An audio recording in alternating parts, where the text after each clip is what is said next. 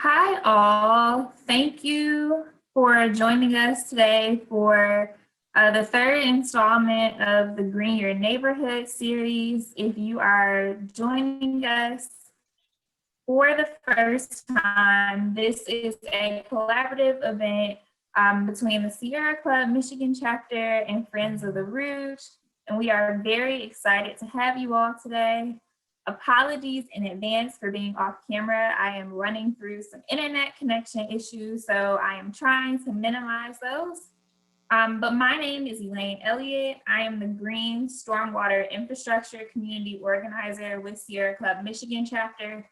We are an environmental nonprofit that works on a multitude of environmental issues in the state of Michigan that include water, but also cover energy and land use. To my colleague, Jackie.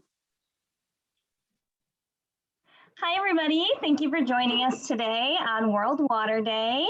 As Elaine mentioned, my name is Jacqueline Hakula. I am the River Restoration Assistant with Friends of the Rouge. Friends of the Rouge focuses on watershed-wide issues, and particularly in Detroit. We do lots of rain garden installations with our fellow Sierra Club members. So thank you again for being here today, and we look forward to hearing Karen's wonderful presentation. All right, and I am going to show a brief map before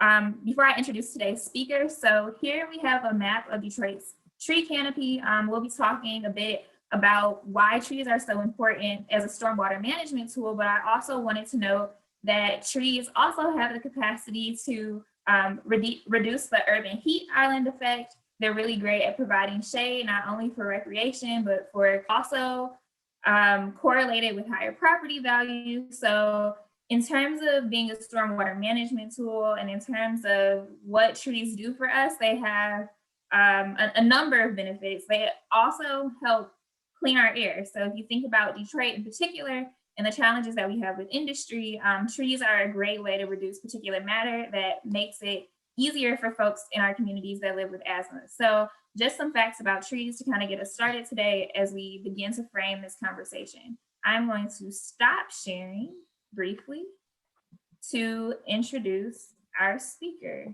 1 second. So today we are honored and excited to have Karen Firehock with us. Karen Firehock is the director of the Green Infrastructure Center in Virginia. Karen Firehock is the director and co-founder of the Green Infrastructure Center in Virginia. She oversees infrastructure planning and research projects. She is an environmental planner with more than 30 years experience in planning and natural resources management. She is also an adjunct lecturer in green infrastructure planning and environmental ordinance development at the University of Virginia School of Architecture in the Department of Urban and Environmental Planning. Prior to her current position, Ms. Firehock was a senior associate at the UVA Institute for Environmental Negotiation for 7 years and served as coordinator for community watershed and land use plans for localities. She also coordinated the National Community-Based Collaboratives Research Consortium and conducted public outreach for the USDA's Forest Services Roundtable on Sustainable Forests. Prior to working for UVA, she served as the director of the Save Our Streams program at the Isaac Walton League for 12 years, where she directed a national stream and wetland conservation program. Additionally, Ms. Firehock has authored numerous handbooks, including her latest publication, Green Infrastructure Map and Plan the Natural World with GIS. She has also won multiple awards for her planning work, including the Paul Revell Award for Urban and Community Forestry from the Southern Group of State Foresters, a Renew America Award for the nation's best water protection program, a National River Greenways Award, State Conservationist of the Year Award, and Design Professional of the Year Award. So as you can see, Karen Firehock is amazing. We're really excited to have this conversation with her. And with that, I will pass it off to Ms. Firehock. Thanks very much. It's great to be with you guys this evening. And like I was just saying before we got started, I really wish I could be there in person because I got a lot of energy off of people in a good way. I'm going to go ahead and share my screen now. Give that a second to come through. And I'm going to I had a series of questions and marching orders from you guys to cover tonight. It was a lot. I think I could do it in about 8 hours. So instead, I'm going to talk really fast and then hopefully get through quickly so that we can have some time for discussion and questions or comments. So with that, I've been asked to start off with a little case example, like to show you kind of what's a similar city to Detroit that I've worked in that had some similar challenges. So I'm going to talk about that. So that'll kind of set the frame for the kind of work that we do. And then I'm going to jump into the main topic of the evening, which is using trees for stormwater management. So with that, let me go from the beginning. All right. And then if you guys have questions, you could, and you want to just pose your question right while you're thinking of it, maybe put it in the chat and then we can get it at the end. I find if I stop and answer a lot of questions, I run out of time. So if that's all right with you guys, I'll like to take them at the end. Yeah, there's actually a Q&A function down at the bottom rather than using the chat because sometimes they get lost. So if anyone has questions throughout the presentation, we suggest using the Q&A feature down there. I only got about half of that. Sorry, I put it in the chat too. Okay.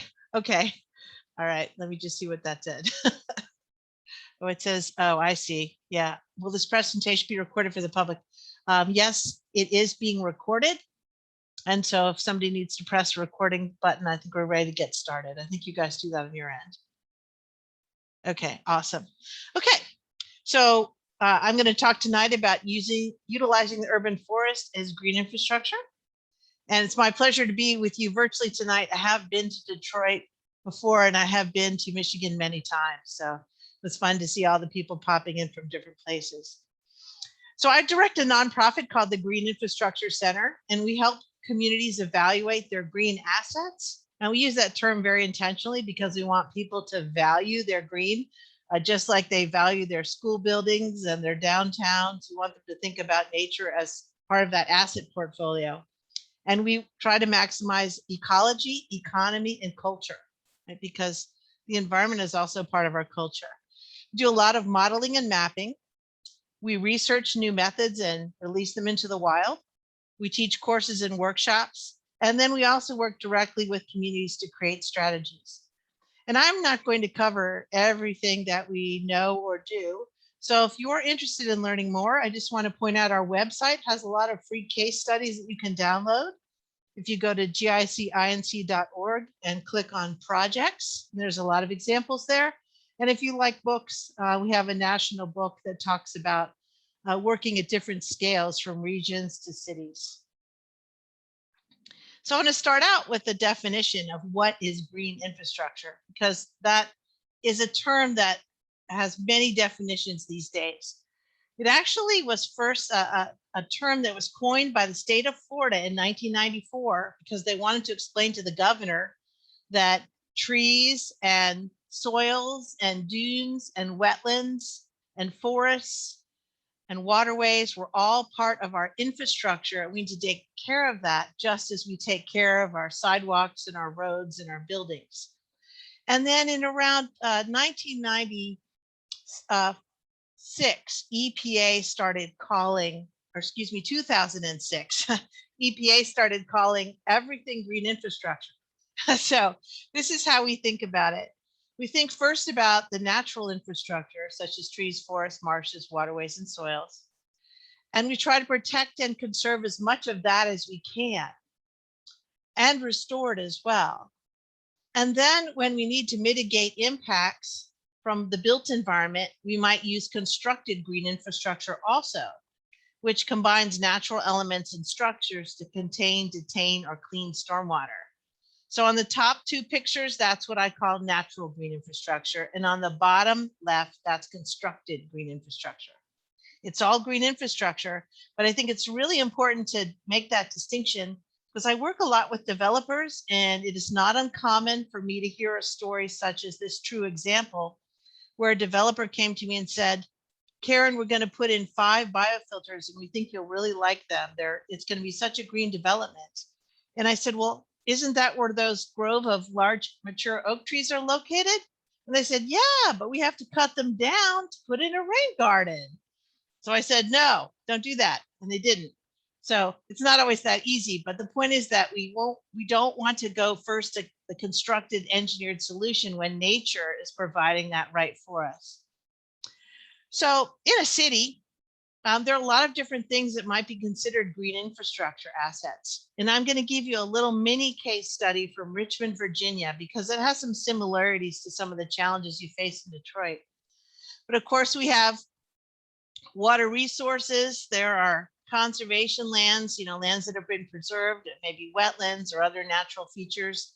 There's sort of sustainability features that they consider green infrastructure that might have to do with solar power or other sort of natural features. Parks and recreation, walkable transportation, so bike lanes and trails and pathways, and then heritage and culture.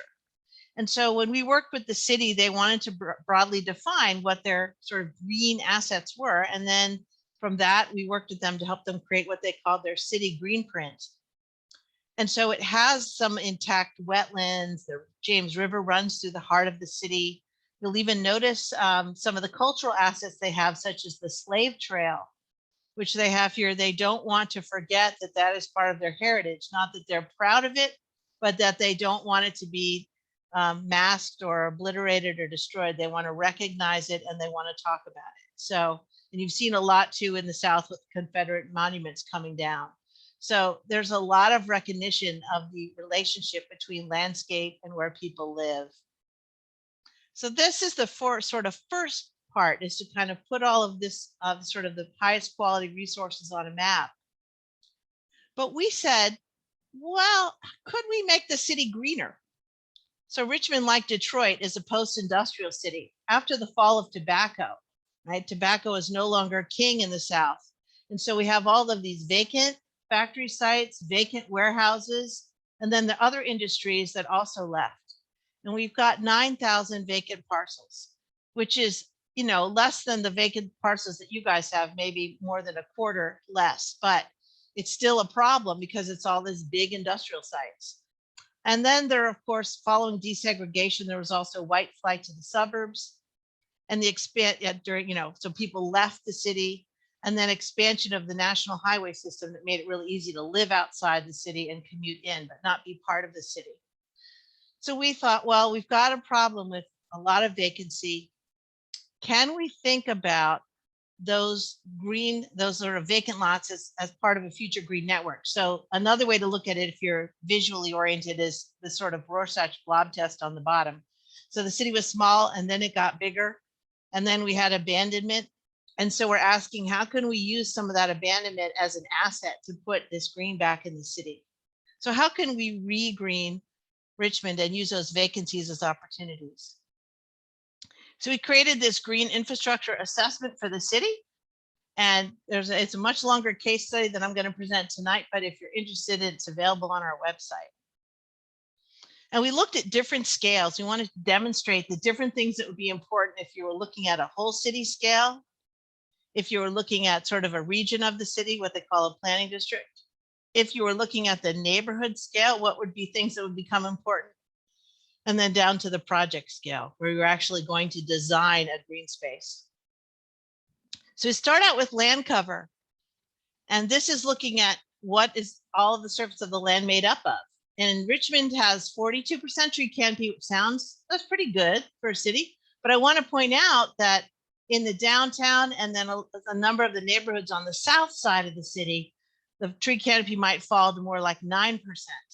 So it's not equally distributed or equitably distributed. And I'll talk more about that in a moment. So we said, well, what are all those vacant opportunities? And so we worked to pull together databases from different city agencies. So economic development had some parcels they were trying to unload. Some of them were really not developable. Planning had parcels. There were parcels in different, places and different computer systems in the city. So we got a computer programmer to pull all that together and make one database of all the parcels. And that included both vacant structures and properties. And that's how we came up to that number of 9,000. And you can see, I know you don't know the scale of this map, but you can see some of these big chunks of brown. That's the large vacant parcels. And you can see a lot of it concentrated in the south side. But some of those vacant parcels, like this picture down here on the left, have opportunities to become a park or a green space or a heritage site. So as we look at these vacant parcels, how do we start to think of them as a network? So what I've done here is this pink blob is sort of the city of Richmond with the James River running through it. And this is from GIS data, but we cartoonized it. So I'm going to zoom into a corner of the city here. All right, this down here in the bottom corner. And there was a big chunk of intact green space, forest, and habitat. And another chunk over on another side of this neighborhood. So when we pull up our vacant parcel database, we actually found that there was a connection that could be made through here using the vacancy. And so not to be greedy, we said, well, what if that could be a greenway? All right, so we didn't take the whole parcel. That's what I meant by not being greedy. I said, we don't need all of that for the greenway. So then you could actually put housing back along this greenway. And so we had a number of conversations with the city that were kind of funny, where they would say things like, if only we could connect these trails, if only we could get a bike route through there. And we would say, you can, because you own those parcels. So not having the data beforehand, they didn't recognize a lot of the opportunities that were right there and there before them. And then there, of course, were parcels too that maybe where someone hadn't paid their taxes for years and the property had been abandoned.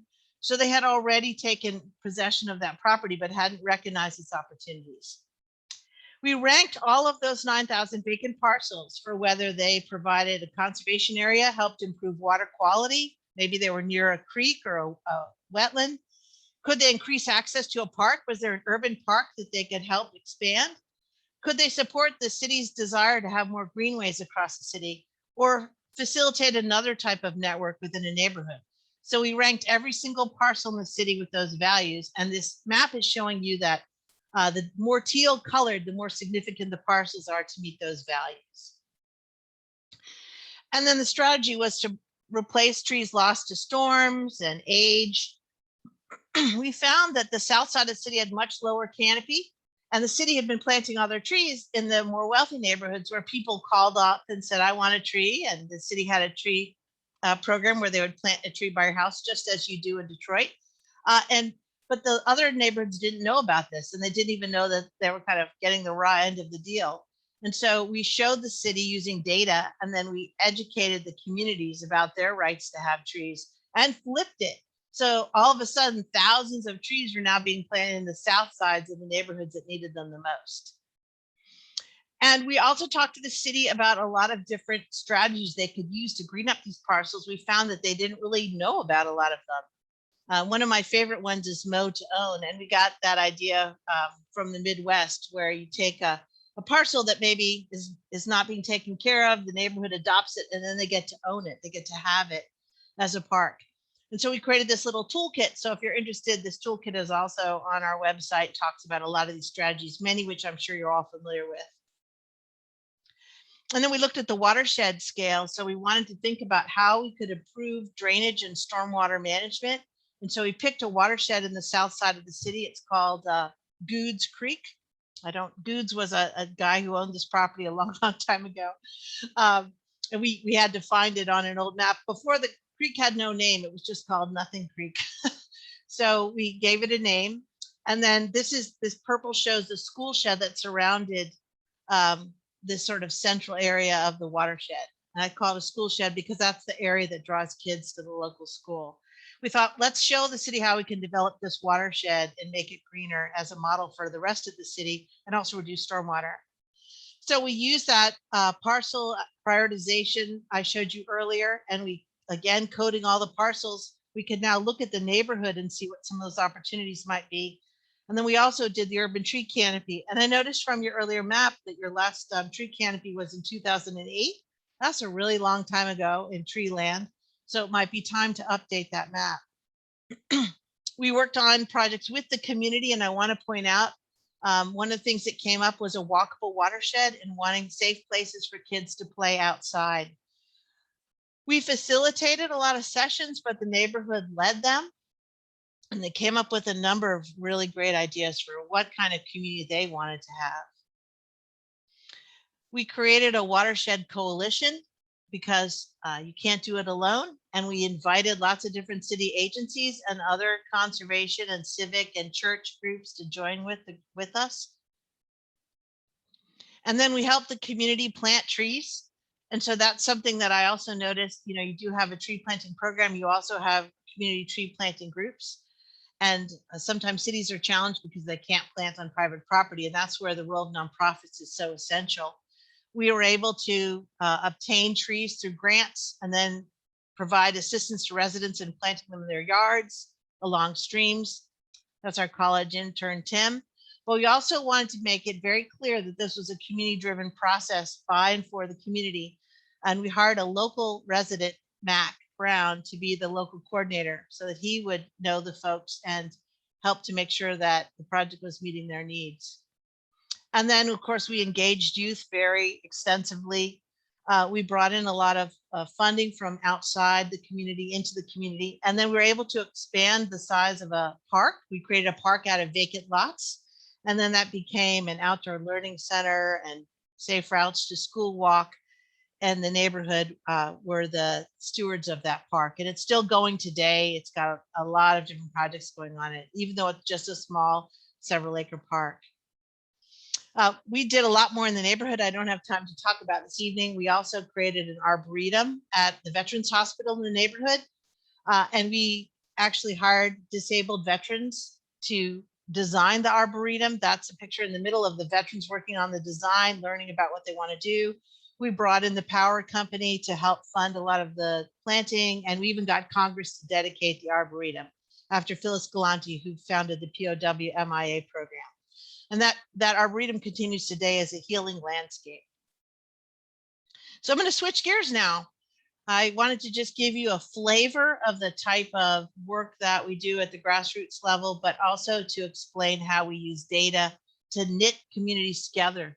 Detroit is a big city, but you also have a lot of the similar opportunities. So I'm going to talk now specifically about trees, and I'm going to get into how they provide stormwater benefits and some recommendations for your city. The trees provide many benefits, and I'll just highlight a few of them quickly. Of course, they provide access to fitness. It turns out that tree-lined streets are perceived to be shorter distances, and we will walk farther if we have a tree-lined street. Clean air. We talked about that at the beginning. They absorb pollutants, vault organic compounds, filter runoff, and cool the city. Asthma rates, rates of distress from asthmatic or other respiratory diseases are much lower in well-treated neighborhoods. So even at the neighborhood scale, you can help public health. Mental health and well-being, people actually heal faster when they can see or access green. So we work with hospitals to try to green up their campus, provide views of green from hospital rooms, etc. Less crime occurs near trees. How many of you guys have heard that you can't plant a tree because somebody will hide behind it and jump out at you or cause crime? I've heard that from a lot of police officers, but I've also educated a lot of them that actually well-treated neighborhoods have lower crime rates. And we can also use different techniques of pruning to make sure that we have good sight lines. And employees will exercise if they can access green where they work or on the way to work. And as we tree up our lots, this little graphic on the bottom right shows you the treed lots are more valuable and hold their value longer. And then, of course, save you on energy, electricity, and that. So heat island is a big thing now that a lot of cities are focusing on. It's not a new term. It's been around several decades. But we're starting to pay more attention to it, especially with climate change. And it just basically means that those urban areas are hotter than the surrounding areas. And a lot of that has to do with heat just being absorbed by the pavement during the day and then re-radiating back at night. Helps to cause that vicious cycle of climate change by trapping greenhouse gases and re-radiating them back to Earth. But we can resist urban heating with trees. Of course, we want to also reduce emissions, but a lot of the studies that we're seeing don't talk about the fact that trees can actually help us a great deal with this problem. The other thing that we see in cities, and this is where we're getting into stormwater, is that, of course, we have pavement and water runs off, but it turns out that these urban heat islands also create microclimates in our cities. They actually change weather patterns. So we have more evaporation, more water goes up into the atmosphere and then comes back as rain. So you may have experienced this, like if you're in, downtown Detroit and it's raining really hard and you go far out of the city and it's not raining. Obviously, weather patterns can be spotty, but this has been actually documented, this problem of more torrential rains and more frequent rains in these microclimates created by too much urban heat. So we can combat this with new trees. And I threw in a quote from Conservation International CEO M. Sanyan, who said, "Restoring forests is the only thing on Earth that can reverse the emissions that drive global warming." And the Greening of Detroit, of course, has a tree giveaway program. So there are opportunities to get free trees. One of the reasons you might want to think about redoing your canopy map, first of all, just to see how you're doing. Have you lost trees or gained trees? But you can also start to do things such as calculating how green various streets are. This can help if you're trying to create safe routes to school, or you're trying to green a business district, or you want to encourage people to walk to the park. And of course, Detroit has a program to request street trees. So there's already a program in place to get those trees on the streets you need them. But you might want to think about doing some analysis of where they would be the most effective. And that's, again, looking at destinations where people have to walk or how they have to commute on foot to get to work. And you can play around with Photoshop or other graphics tools. So this is the kind of work that we do in cities where they can't imagine how a street could be nice and attractive. So we'll just Photoshop in trees and get rid of a lane and put in bike lanes and people, and try to make sure that people understand that there are opportunities to treat stormwater in swales right along the street, as well as make those streets inviting. So as we change land covers, we've paved our cities. The more we pave, the more water runs off. So I'll just go through this very quickly because I'm sure you guys mostly know all this. But on the left hand of this picture is a natural watershed where you see that some water is getting to the groundwater table, 10% is running off, 40% is evaporating. And as we move along this continuum, as we pave the watershed, of course, 55% of the water is running off instead of 10%. Evaporation is happening, but we're also starving our groundwater table. So in a lot of communities, we have groundwater subsidence because we're not actually recharging our aquifer. So our question, how do we make Detroit function like a forest? All right, so I just clipped a neighborhood picture from Detroit. And the answer is not that everyone needs to leave Detroit. No one else needs to leave, everyone needs to come. But I think the key is that there are a lot of opportunities to put green back in Detroit, as you guys are doing. So I don't want to sound like someone who's coming here to say, hey, you guys should be doing this, because I know you're doing it. I'm just here to show you maybe some other strategies for incentivizing green. So one of the things that we did was say, how can we show cities that trees are really important for stormwater management? I mean, they capture 20% or more of the annual rainfall. They can delay runoff up to 3.7 hours. Tree roots increase the infiltration capacity of the soil. And one tree, like a small tree, like a crab apple, could soak up 700 gallons of water per year.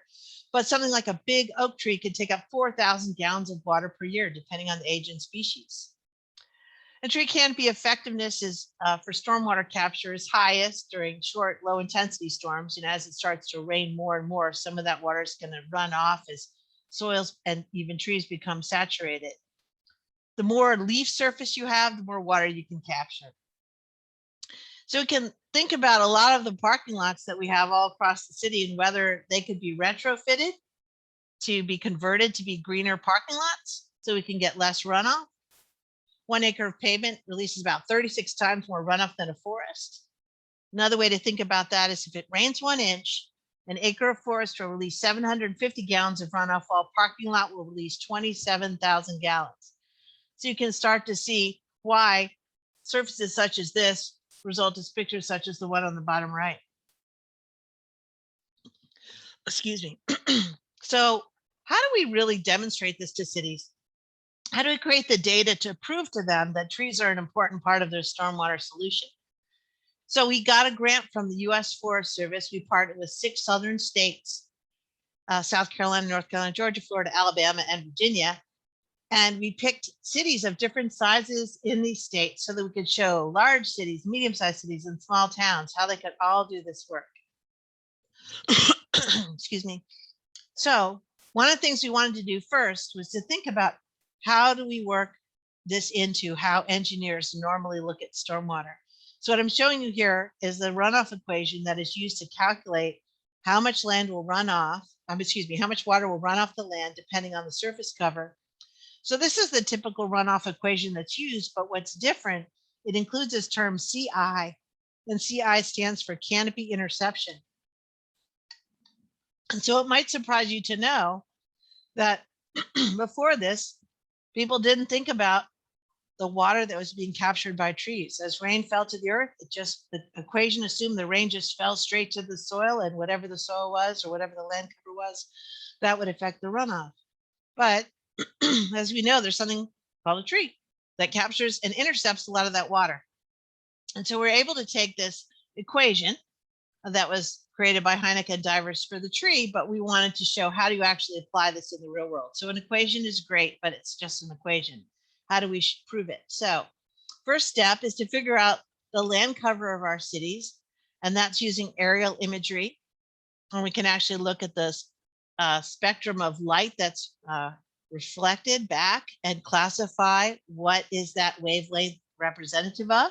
So we can determine whether we have grass or trees or pavement or water, and we can take a picture of the city and then classify it to know what percentage trees or buildings or roads or shrubs or bare dirt, etc.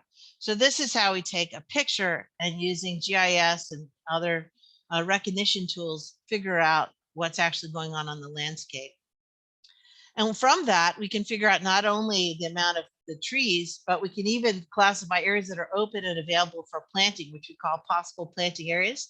And we can drop little imaginary trees in there like these little dots, and we can figure out, okay, a tree could fit here. And we try to exclude things like sports fields and places, cemeteries where it's hard to plant.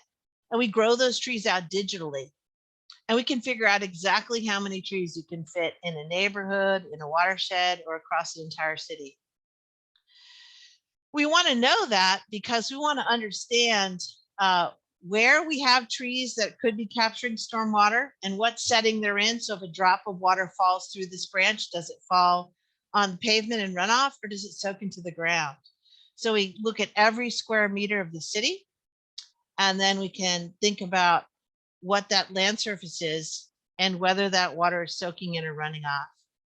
And we take all that data and we put it in a spreadsheet. And so this is a little spreadsheet tool that we created. That this is something that a civil engineer might use, but it's also something that anybody could use. An Excel spreadsheet can use this. So basically, this looks at current tree cover, and then it looks at how much of the land is impervious or paved. How much water could you capture with your current trees? How much water could you increase the capture, or how much more water would run off if you gained or lost trees? And then you can pick a storm event. So you can get a small 1-year storm that refers to sort of this amount of rain that's coming down in 24 hours. You can do a big storm. You can pick a 10-year storm or a 50-year storm. You can also play around with different loss scenarios. Like, what if we lost urban tree canopy at 10%? How much more water would run off? Or what if we lost land that was actually forested? Or what if we had more land that was paved or less land? So you can change the values in this little spreadsheet, and you can see the benefits of planting trees, and you can also see the consequences of losing them. You can also set a goal for your canopy and then figure out how much more water would we soak up if we met that goal? It also looks at pollution. So it looks at how much nitrogen, phosphorus, and sediment pollution the trees are soaking up. But you can also play around with how much more pollution could you capture if you planted trees, or if you lost more canopy, how much more would run off. So these are tools that can be used for watershed planning or for demonstrating to local officials that trees actually do play a really important role in helping keep the city drier and safer and not having problems with standing water and flooding. So not everyone loves a spreadsheet. So we also took a map and took that data and put it in a map. So you can do this type of thing where you pull the data, the land cover data into a map, and it shows which areas you could plant to get the most water soaked up. So depending on the soils that are present, some areas are going to be even more advantageous for planting trees and soaking up water. So it's hard to see at this scale, but if you zoom in, you can actually see every street by street, which areas have the greatest potential to soak up stormwater if a tree was added. And then the flip side, the optimal places to retain tree canopy. Where should you make sure, you're going to lose some trees, but where is it most important to protect them if you want to take care of stormwater runoff? And so I've talked a bit about data that can be collected and that can be put into a spreadsheet to show how to model the role of trees in taking up stormwater, and I've showed how to use a map that can become a strategic document for you. But then there's a lot of policies that go on in cities that affect whether they're more paved or more green. And so we've created another little tool that doesn't require any fancy knowledge to do it. You simply need to find out if these ordinances are in place or they're not. So it looks at what are you doing in your city that's making you pave too much, and could you reduce that impervious surface? And what are the things your city's doing that are improving, expanding, and enhancing the urban forest?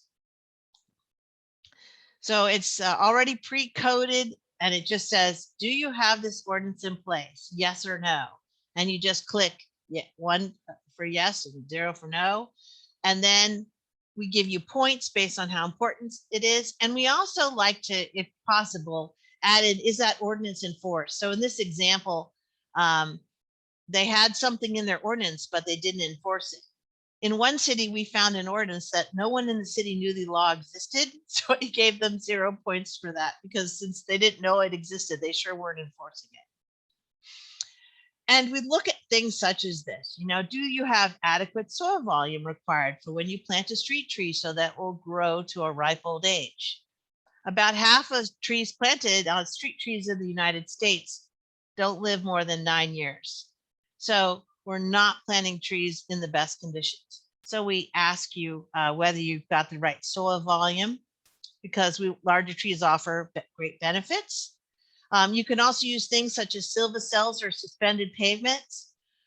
These are structures that can help a root spread out and help you grow a really tall tree. So for example, in Atlanta, they have really tall trees in their downtown because they've invested. Now you might be thinking, this looks expensive, and you're right, it is a bit expensive. But think about it from the standpoint of getting the full benefits of that tree because you didn't have to replace it. That tree grew to be 70 years old and was healthy and robust and provided shade and energy savings and all the other benefits. I also wanted to show this little drawing on the bottom right. That is an image from Detroit Stormwater Manual. So in your stormwater manual, have a nice little diagram saying, hey, bigger trees need more soil volume. So I was excited by that. I let Elaine know that was exciting for me to see that in the manual. You can also think about how you can save trees when development does occur. So looking for opportunities to minimize the amount of pavement by meeting with developers before plans are finalized, and including an urban forester or a city arborist in that discussion. Another option is to build taller, not wider. We were just having a debate in our community before I got on the call with you tonight about whether a building in a park should be 3 stories to save the trees, or should it be wider so nobody can see the building? So it's the sort of aesthetics versus the trees. And while Detroit has a lot of vacant lots, we should still develop compactly on the lands we have available, because that provides more opportunities to do better things with that existing open space. So one question is, does Detroit encourage pre-development meetings with builders to discuss tree saving? And the other point to take home tonight is that, by the time a public hearing is scheduled for development, a lot of money and time has already been spent on that site plan. It can be hard to reverse or to change or to improve. So it's best to have these conversations before everyone's drawn up everything. And then simple things like variable space sizing. Do we put all of our parking that we require, our spaces, all for supersized vehicles? So not all of us drive this Toyota FJ. Some of us drive little smart cars. Some of us ride our bikes or our motorcycles or walk. So a lot of parking lots have excess spaces, resulting in greater impervious surfaces. So you could vary the spacing of the spots within the lot. And we've done that and then found now we have room to put trees and bioswales in the parking lot because we didn't even need all those spaces, or we didn't need them all to be large.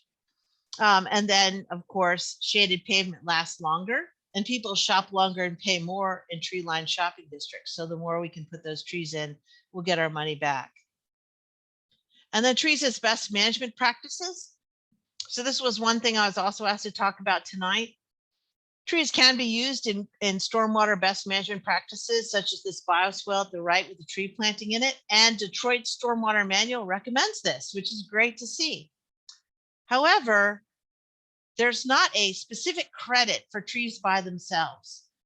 And the question is, can this be done? The short answer is yes. So I'll give you just 2 examples, although I do have other examples. I didn't want to talk to you for 8 hours. Washington, D.C. gives a tree stormwater credit of 20 cubic feet for each preserved tree and 10 cubic feet for each planted tree. So that means there's a incentive on the table for a developer to leave trees in place. And if you plant a tree in your BMP, so if you put that tree in a bioswale, you also get another 10 cubic feet of credit. Pine Lake, Georgia, small community, they give 10 gallons of water credit per inch of the diameter at breast height. So that's how wide the tree is. For preserving existing trees under 12 inches, and also a 20-gallon credit per inch of diameter for trees over 12 inches wide. So there are ways to just provide these simple, straightforward credits. You don't have to get into a lot of complicated analysis. There is a stormwater calculator for individual trees from the Center for Watershed Protection. But I think these kind of things that just give you standard numbers that developers can use make them easy to use. And the easier something is, the more likely it's going to be used. Another example, I was asked to talk about, well, how many trees do you need to plant maybe to get a credit? So I'll give you an example if you're thinking about planting a lot of trees. Here on the Eastern Seaboard, the Chesapeake Bay program was looking to develop some incentives for keeping trees or planting them. We're under a TMDL. That means the whole Chesapeake Bay is impaired. And so all the communities in the 64,000 square mile drainage have to do some kind of improvements to try to reduce that nutrient and sediment loading. So these are the kind of credits they put available in our manual. If you plant 300 newly planted trees, you get 1 acre of urban tree canopy expansion credit. If you do an urban forest planting, like you convert turf grass to trees, and it's all together and you have a maintenance plan, you get credit. Or if you plant an urban forest buffer along a stream of at least 100, or it could be 35 feet to 100 feet wide. And the way the credit works is once you've done one of these 3 things, you use their little converter calculator tool here that just tells you how much credit pounds per acre you get. So an example would be, if I plant 3 acres of trees, times 1.82 pounds of nitrogen, I get 5.46 pounds of nitrogen credit. Or if I convert 3 acres of turf to forest, I get even more credit, 7.33 pounds of nitrogen, I get 21.99 pounds. That might seem a little esoteric or abstract, but this all goes into a sort of a goal that the locality is trying to meet to get that nitrogen, phosphorus, and sediment loading down. So a lot of experts spend a lot of time in closed rooms coming up with these numbers. So if you wanted to think about giving those kind of credits, that's certainly something that could be considered. And then stormwater utility credit. So Detroit charges a fee based on to everyone based on the amount of impervious surface for properties. But there are also credits if you reduce the amount of runoff you have, which is great. You should always have credits. But right now, Detroit does not include trees as something you can get credit for. The reason engineers often give is that trees are hard to credit. You know, a tree, you plant a little tree and it gets big later on. You know, do you give credit for a full-size tree, or should you have to plant 6 trees to get enough volume of treatment? So they say it's complicated. Trees are changing size. Different species are more leafy than others. Okay, so yes, it's complicated, but cities are figuring out how to do it. Here's an example. This is from one of the communities we worked with where we told them to give credit for trees in their stormwater fee. So Harrisonburg, Virginia gives 10% credit for new trees or existing tree canopy. So that's important because you want to give credit for trees you already have on site. In one community, they gave credit only for new trees, and they found developers cut down trees and planted new ones to get credit. So don't want to do that. Make sure you give them a lot of credit for keeping trees. So they have, you know, these different options. And then tree canopy cover is allowable for all tree canopies contributing within property boundaries. So it's not impossible. After you fill out that spreadsheet I showed you earlier, where you just look up what the codes are in Detroit, you pop it in, you'll get a little scorecard showing you how you're doing, say, with tree care, with planning. How are you doing with reducing impervious surfaces? Are you coordinating these plans across different sectors, different departments, and emergency response? So it's a sort of objective way to look at how your city's doing, and also to get a list of all the different codes and tools you might want to have in place. And then really key and really important, in cities, 80% of the land is usually on private property. So we're working on a tree planting campaign guide right now for the Forest Service, but we always emphasize planting on private property. So we took a look at one of our cities. They had 31,000 parcels. And if everyone planted a single tree, and we actually calculated they had room, they could soak up another 62 million gallons of additional rainwater every year, or 1.5 million bathtubs. And so again, just reminding you, of course, that Detroit has a system to request trees for your neighborhood, at least for street trees. So if you're interested in learning about this tool that you could use to figure out if you have the right ordinances in place, if you're wanting to learn a little bit more about the data that's involved in mapping a city and calculating stormwater runoff, or a case study of any of the 12 communities, or a report on what communities should do, it's all online at our website. It's all free, gicinc.org/trees_stormwater. So just a couple of quick recommendations for Detroit. I'm almost done. This is my second to last slide. And I just want to point out, these are first impressions only, because I'm not hired to do a complete study of your city, and you guys know your city better than I do. But just first impressions, I'd really recommend creating a new tree canopy map and urban land cover analysis. Where is water soaking in? Where is it running off? What is the role that trees are playing? Consider using our trees and stormwater calculator. Where can trees make the biggest difference in reducing runoff, and target strategic plantings across the city? We've also been doing a lot of work looking at social equity. We've been looking at trees by race and income. We've been looking at fairness of where trees are located, who has trees and who doesn't, where are cities hottest, where are trees most lacking. So we're looking at that social equity component. Add trees as credits for stormwater fee reductions. Again, that's not that difficult of a thing to do. Conduct the codes and ordinance audit to show where policies are over paving and undergreening the city. So you may have things in place that you're not even aware of. For example, you do not have a cap on parking, so people can kind of put unlimited amounts of parking. Consider a citywide green infrastructure plan to reconnect the city. Reforest vacant lots, as you've been doing, but maybe consider creating it as a network, sort of Detroit's emerald necklace. So I talked a lot. I talked fast. Hope I didn't offend anyone. And with that, I'm open to take questions. I see there's a number of things in the chat.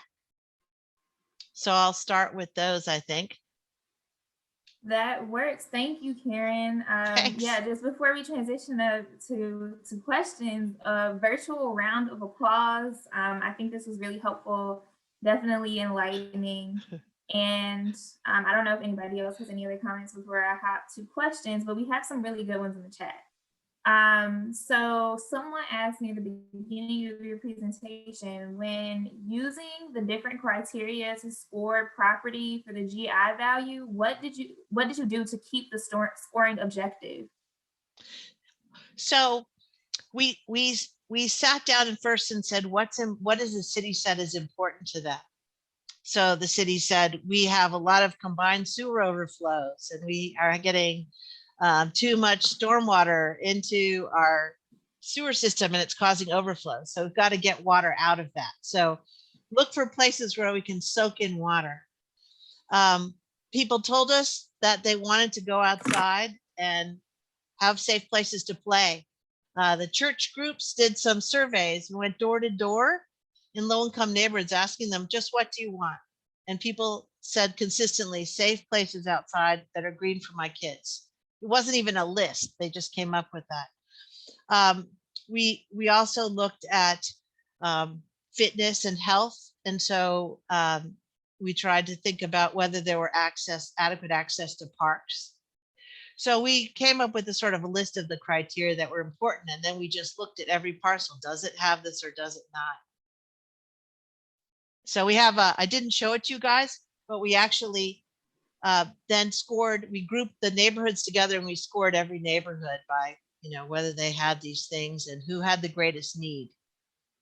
And then selected that South Side neighborhood to start with because they seem to have a lot of abandoned properties and a great need and met a lot of those criteria. So I could share that with you, and it's also in our case study. So next question. Great, thank you. Another question we have here is, let's see. One comment that keeps coming up is that trees take too long to grow to size that enables them to actually provide the ecosystem service, implying that they're not ideal for managing stormwater. Can you please respond to this? Sure. I have a self-serving answer, which is then we should just plant more trees. So I was just reviewing a development proposal tonight for a park where they want to put in a swimming pool, but they have to cut down all these mature trees and the residents don't want to lose trees. So I'm going to ask the developer to put in the same amount of DBH of trees that they're cutting down. So if they have a bunch of big trees and they're this wide, then I'm going to make them match that inch per inch. So probably they'll end up having to plant 50 trees to make up for the, 10 that they took down. Nice. And we have time for, it looks like just one more. Can you talk a little bit about how the Green Infrastructure Center Stormwater Calculator is different from the iTree planting software? Yeah, so iTree has a little, it's kind of complicated. It's a system called iTree Hydro. And it is designed to look at all of the water in a watershed that's draining to a particular point, and then it uses stream gauge information. So one problem is that a lot of times we don't have good stream gauge data. USGS hasn't been funded adequately for the last 30 years. So it's complicated to use, and it doesn't allow you to say select one neighborhood and just look at what's going on with the trees and the runoff in that neighborhood. It just gives you a value for the whole watershed. It requires a lot of work to input the data, and you don't get results that are in a format that a civil engineer would use if they were making a stormwater plan for development. So we use iTree when we want to say, look at the air quality benefits of the urban forest. We might use some of those equations, but we really wanted to create a tool that looks just like the kind of equations that a developer would use when they're designing stormwater management, and that a civil engineer in a city could also understand it. iTree Hydro is sort of black box, like you put data in and things come out, but you don't know how it worked. Sorry for that long answer to that simple question. And I'm also available if you guys want to email me. There's my contact information. So I'm also happy to answer questions offline or provide references. As I mentioned, the Center for Watershed Protection has a little tool that you can use to calculate individual tree values for stormwater. And then something really cute and fun, I tree my tree. If you just Google that, you can actually go out with a tape measure in your yard or your street tree, measure that, and then click in some simple little things on your phone app, and it'll tell you how much stormwater that tree is taking up, and it will also tell you how much it cleaned the air that day. So it's a really fun little tool. So I tree my tree. Great. Thank you so much. All right. We are at time, and I do want to be respectful of everyone's time. So I would like, and I'm sorry that we didn't get to all the questions. There are still some really good questions in the chat. So apologies if we did not get to yours. I would like to thank everyone for coming out this evening. I would like to thank Karen Firehock for this amazing presentation. We do have a few more sessions in the Green Your Neighborhood series. If you are interested in joining us, our next session is on Monday, March 29th, and we'll be talking about the collaborative programs that the Sierra Club Michigan chapter and Friends of the Rouge run, one of which is Rain Gardens to the Rescue, which is a program that helps connect Detroit residents this year in districts 1, 2, and 7 with the native plants that they need and the expertise that they need to actually install rain gardens. We'll also be talking about our green jobs training program, stormwater specialist training program. So if you are interested, please join us for that. And with that, I would like to thank everyone for coming and have a great night.